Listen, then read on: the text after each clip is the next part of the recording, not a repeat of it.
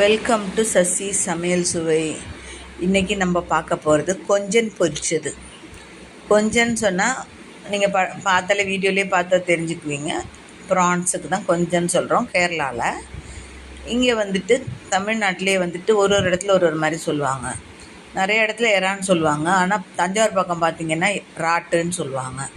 So இதை தான் நம்ம இன்றைக்கி நல்லா தோலையெல்லாம் க்ளீன் பண்ணிவிட்டு தலை எடுக்கிறவங்க இருக்காங்க, தலை வேணான்னு தூக்கி போட்டு அப்புறம் அந்த நரம்பு இருக்கும் அதெல்லாம் எடுத்துகிட்டு நல்லா கழுவிக்கோங்க. உப்பு போட்டு கழுவுங்க, கொஞ்சம் வினிகர் போட்டு கழுவுனிங்கன்னா நல்லா ஸ்மெல் இல்லாமல் நீட்டாக இருக்கும்.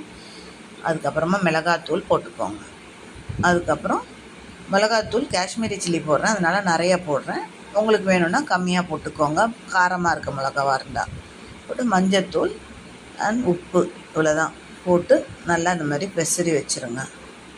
இப்படி பிசைஞ்சு வைக்கும்போது எப்போவுமே மேரினேட் பண்ணி வச்சதுக்கப்புறம் தான் நம்ம ஃபிஷ்ஷெல்லாம் கொஞ்சம் நேரம் அப்படி செட் பண்ணி வச்சுட்டு அதுக்கப்புறமா தான் யூஸ் பண்ணணும். இப்போ அது நீங்கள் கடாயில் போட்டுக்கோங்க. போட்டு இதில் வேறு ஒன்றுமே இல்லை, வெறும் மிளகாத்தூள் மஞ்சத்தூள் தான். நீங்கள் தொக்கு பண்ணுறீங்கன்னு வச்சுக்கோங்க, இப்போ வெங்காயம் அதெல்லாம் போடுவீங்களே, இது ஒன்றுமே வேணாம். இது பார்க்க ஈஸி, ஆனால் ரொம்ப ரொம்ப டேஸ்டி.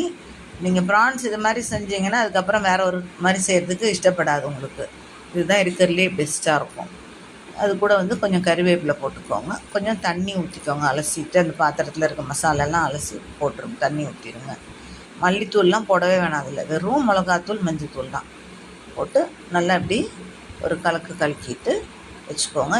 நம்ம எதுவுமே இப்போ சமைக்கிற நேரத்தில் இந்த மாதிரி உடன் லேடர் யூஸ் பண்ணிங்கன்னா, கரண்டி யூஸ் பண்ணிங்கன்னா உங்களுக்கு கை சூட வராமல் இருக்கும். அதனால் வச்சுட்டு இந்த மாதிரி மூடி வச்சுக்கோங்க.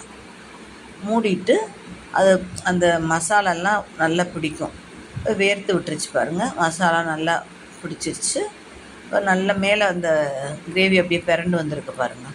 இப்போ நம்ம என்ன பண்ணுறோன்னா இந்த தேங்காய் எண்ணெயை சுற்றி ஊற்றிக்கிறோம். ஊற்றிட்டு நம்ம வேணுங்கிற அளவுக்கு ரொம்ப நேரம் போட்டிங்கன்னா ரப்பர் மாதிரி ஆகிடும். ஸோ அந்த வெந்து வந்ததுக்கப்புறம் இந்த மாதிரி நல்லா அப்படி போட்டு நல்லா ஒரு பெரட்டி எடுத்திங்கன்னா போதும்.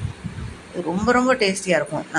நான் ஒர்க் பண்ணிகிட்டு இருக்கும்போதெல்லாம் என் டீச்சர்ஸ்லாம் நான் கொண்டு போய் அவங்க சாப்பிட்டுட்டு, என் பிள்ளை சாப்பிடவே மாட்டான், யாராவே சாப்பிட மாட்டேங்கிறான், இது மாதிரி பண்ணி கொடுத்ததுக்கப்புறம் ரொம்ப இஷ்டப்பட்டு சாப்பிட்றான்னு சொல்லி சாப்பிட ஆரம்பிச்சிருக்காங்க.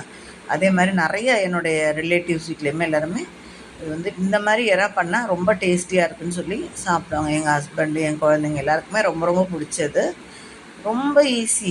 ஆனால் இது வச்சிங்கன்னா கொஞ்சம் சாதம் கூட சாப்பிடுவீங்க, அவ்வளோ டேஸ்டியாக இருக்கும்.